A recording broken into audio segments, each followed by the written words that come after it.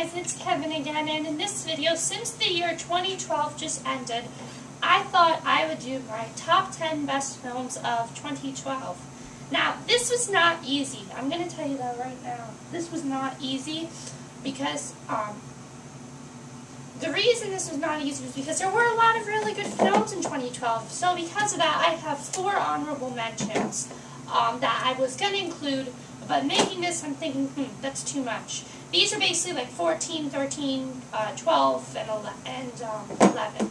So, the first one is Men in Black 3, and the reason I did not include this is because I love this movie. Don't get me wrong, I really liked Men in Black 3.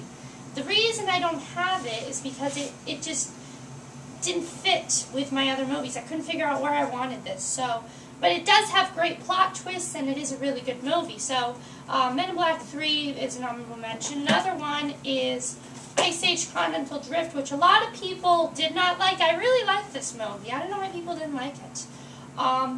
But I found this to be a fun, entertaining movie, but I felt if I put it in my top 10, some people might not like that, so that's why it's not in my top 10.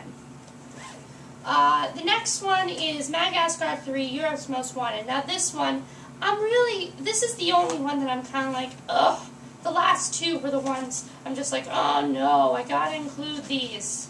Because this was a perfect ending to a great trilogy, and this was the perfect ending to it, so that's one. And then there's Brave. This one I really wanted to include, but I felt that I really did like it, but I thought, you know, which animated movie do I like the most here? So these 2, this is probably 12, and this is probably 11. So those were the 4 that I couldn't include, but I do have my top 10, and we're going to get started with the first one, which is Moonrise Kingdom. And if you haven't seen this movie, it's a very great movie with Wes Anderson. I remember hearing about this, and I'm like, that sounds like a very interesting movie. So I actually got this the same time I got Madagascar 3, and I got it, and I really love this movie. It's very much, very simple, but very funny, and a great story. Really great story about 2 kids, and, you know, Moonrise Kingdom shows you don't need special effects, you don't need 3D, you don't need any gimmicky stuff to make a great movie. So definitely check out Moonrise Kingdom. It's definitely going to be up for Oscar consideration. Next movie I have is The Dark Knight Rises. And this movie, I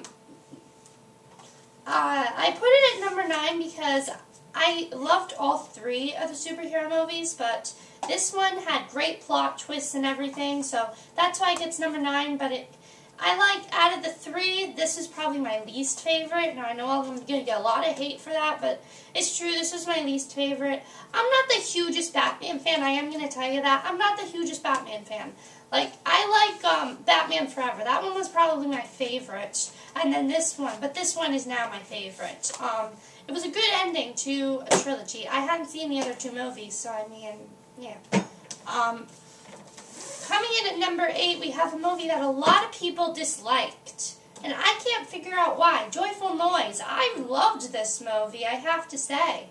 I thought it was a really great movie, really fun, really entertaining. I think if this was on Hallmark or Lifetime, people would appreciate it more. Queen Latifah and Keke Palmer are amazing in this movie. They have this one scene together that is just amazing. So if you haven't seen Joyful Noise, I highly recommend you check it out. It is a really good movie. Just definitely check it out. It has a great soundtrack as well. But coming in at number 7, this movie was actually the first movie I saw in 2012, and that was The Hunger Games. And this was a really great movie. A lot of people I know, a lot of people in my school were talking about it for like months. All they talked about was The Hunger Games, The Hunger Games, The Hunger Games. It's a great movie, but I don't really like the books. I'm sorry, but I can't get into the books. But I loved the movie. Jennifer Lawrence was great. The reason it's only number 7 is because there were a lot of great movies, and it is a great movie. It has some great plot twists, and I cannot wait for Catching Fire.